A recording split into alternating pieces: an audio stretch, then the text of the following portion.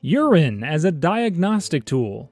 Checking out your pee is like reading the newspaper of your health status. But unlike today's microscopes and high-tech gadgets, medieval people didn't have that luxury. They had to rely on good old-fashioned eyeballing and maybe a quick sniff test. They'd collect a urine sample and examine it using their naked senses. That means they had to look, smell, and taste urine to come up with a diagnosis. Yes, they went as far as tasting urine, and only the best pee connoisseurs could tell the difference between healthy and unhealthy people based on the taste and smell of their urine. Specific colors and smells could help them understand what's happening in your body. For example, if your pee is dark, you probably suffer from an infection. Of course, if your pee tastes sweet, you're likely diabetic. If there's blood in there, that's not a good sign. This isn't rare because modern doctors also examine urine samples, but if these medieval doctors had to taste urine to tell whether or not a person was sick, we can't help but tip our hats off to these fine men of medicine. Sin eaters. In the medieval period, the ultimate goal in life was to die and enter the pearly gates of heaven. However, not everyone was a good noodle in life. People did some nasty stuff, like murder, theft, blasphemy, and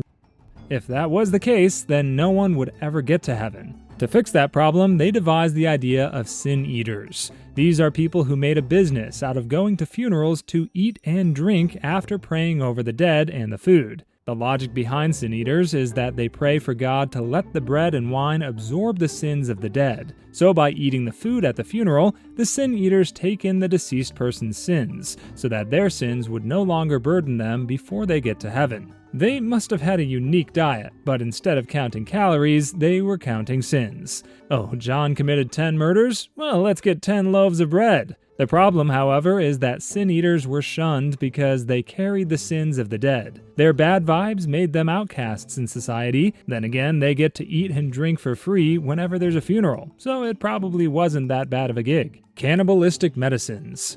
Herbal medicine wasn't always ideal for medieval people suffering from a bad fever or cold. When lavender and chamomile didn't work, they went for another all-natural remedy, human body parts. Called cannibalistic medicines, these body parts were said to heal aches, pains, and illnesses associated with the same body parts. So if you're suffering from a headache, a medieval doctor would grind a human skull into powder instead of giving you a Tylenol. Likewise, when your foot is aching, the doctor would give you a dried-up toe to suck on. It sounds like the most disgusting remedy, but this has been going on for ages, even as early as the ancient Roman era, when people drank the blood of drunken gladiators to cure epilepsy. The reason for cannibalistic medicines varies from one culture to another. In most cases, they believe that consuming the body parts of dead people would transfer energy to them. The weirdest part is that there are still cultures that practice cannibalistic medicine today, as there was an underground fetus market in China in the 1990s out of the belief that it could increase vitality. Fairies swapping babies. It's never fun growing up as a sickly or disabled infant in medieval Europe when everyone around you, including your parents, believes that you're an imposter sent by the fairies. The belief in fairies was common in forested areas of Europe during that era, as they were believed to inhabit the woods. But instead of sprinkling magic dust and helping Cinderella with her clothes, these fairies were mischievous creatures, known for sneaking into homes and snatching human babies. They would then replace these infants with one of their own called a changeling, a fairy disguised as a human. If a baby acted sickly or weird, parents quickly blamed it on fairies, pulling the old switcheroo with their kiddo. So some parents went full MacGyver and started putting iron around the crib, thinking it would keep the fairies at bay. But things got worse when they suspected a fairy takeover. They'd hold their babies over a fire, hoping the little changeling suspects would spill the beans about their true fairy identity. The superstition stemmed from their lack of understanding of certain illnesses and disabilities, including cerebral palsy. So when an infant was sickly or looked a bit different, the common conclusion was that it wasn't human.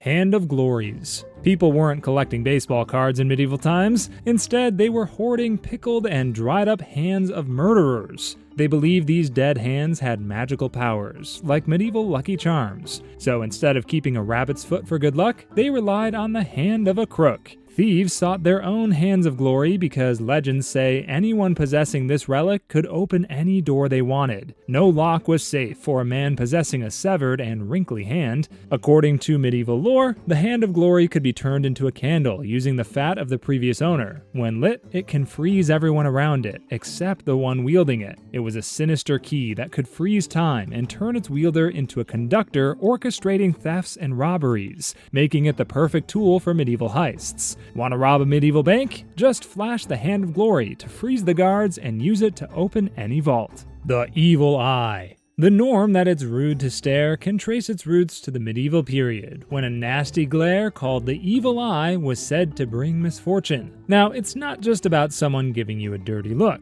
People back then legitimately believed that curses could be cast through the eyes. So when someone gave you a bad glare, it was like they had laser beams full of bad luck shooting out of their eyes. That's why no one wanted to receive a bad stare. Crops fail, and animals fall ill or die. Anything can go wrong, and the fact that people couldn't explain this supernatural string of bad luck was one of the reasons why they thought they got cursed when someone gave them the evil eye. The belief got passed on from one generation to another until it became normal for people to get pissed off whenever they were on the receiving end of a glare. So if someone tries to pick a fight with you for staring at them, just remember that it's probably because of the evil eye superstition. Birthmarks and the devil. When a baby was born with a weird mark on its skin during medieval times, people in this superstitious religious society freaked out. They all feared the unknown and made up stories to explain stuff they didn't understand, so they'd naturally come up with some theories about those marks. Most of the time, they were convinced these birthmarks were like stamps from the devil himself, proof that the parents had made some dark deal with Satan. Just because a kid had a birthmark, they were labeled as cursed and dangerous. So these poor kids with birthmarks got the short end of the stick.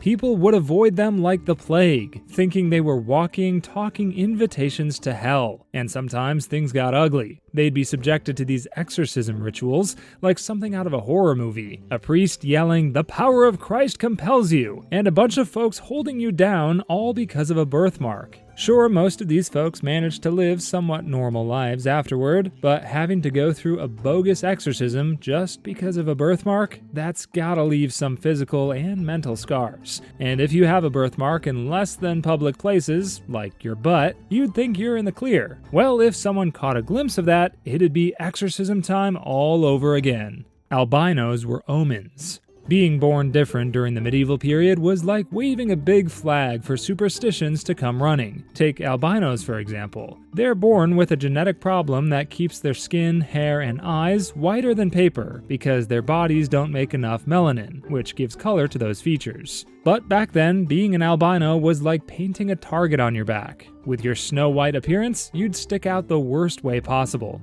People had all sorts of ideas about albinos, like they were bearers of bad luck, or curses straight from the gods. Just catching a glimpse of an albino was thought to bring doom upon the whole community. They ended up getting blamed for everything that went wrong. If there were an earthquake or a storm, people would point fingers and say, must be that albino over there causing trouble again. They were society's favorite scapegoats for anything mysterious or troubling. In a lot of instances, baby albinos were killed at birth. This was common in Middle Eastern nations like Iran. In European countries, however, albinos were most likely isolated from society, so they wouldn't bring bad luck to the community. So if you were born in medieval times, you would hate to be the whitest guy around. Hexing. Medieval people valued their hair and nails, not in the way that people do today, but instead of going to the salon to have their hair and nails done once a week, medieval people loved to keep falling hair and nail clippings close, out of the belief that their enemies could come swooping down and steal them. They genuinely thought that their hair and nails had a portion of their essence and could be used for dark rituals, not unlike how voodoo magic supposedly works. So if an enemy got their hands on these, they could do creepy stuff through hexes. We're not just talking about giving you a bad hair day. Instead, people thought hexes could bring bad luck, illnesses, and death. The paranoia was on another level because people had to dispose of their hair and nails properly. A simple trash bag probably wasn't enough. Instead, they probably had to bury their hair and nails to make sure no one would use them as the instruments of their downfall.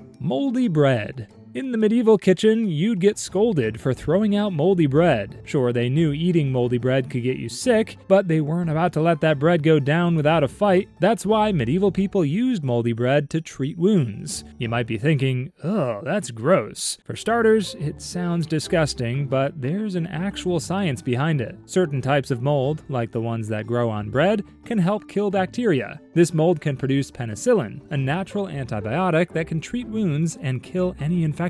They mash moldy bread into a paste and slap it on any open wound to kill harmful bacteria. The mold did its magic, as people during that period didn't even understand why that stuff worked. It's likely that they tried and tested dozens of natural remedies until they found one that worked. So while moldy bread may have worked, hundreds of other things may have failed and only worsened the infection. Nightmare hags. You've probably heard of sleep paralysis before. This is when you feel conscious while asleep but can't move your body because it's still in a deep state of sleep. And to make things even creepier, some folks report seeing ghostly figures while stuck in this state because our brains are prone to conjuring up hallucinations. In medieval times, though, people didn't know what was happening. They were just lying there, unable to move, and suddenly feeling the weight of some spectral hag perched on their chest. No wonder they thought these nightmare hags were out to snatch their souls, holding them down with their spooky, witchy magic. Back then, everyone was afraid of witches. They'd blame it on witches without a second thought if anything were weird or supernatural. So when they found themselves in the grip of sleep paralysis,